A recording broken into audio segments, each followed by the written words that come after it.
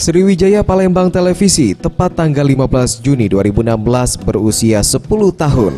Sebagai salah satu media televisi lokal di Sumatera Selatan, di hari jadi tahun ini, Sriwijaya TV mengambil tema dekade, dedikasi, kreatif, dan ide, dan mengadakan lomba video ucapan ulang tahun dengan durasi 1 menit dan dikirimkan melalui sosial media. Lomba video ternyata diminati pemirsa Sriwijaya TV. Terbukti lebih dari 20 peserta yang mengirimkan video, di antaranya Ayar, Anis, dan Hanifa. Selamat ulang tahun Sriwijaya TV yang ke-10. Sriwijaya TV, inspirasi budaya. Peserta yang juara akan mendapatkan hadiah menarik dari Sriwijaya Palembang Televisi. Tim Liputan Sriwijaya TV.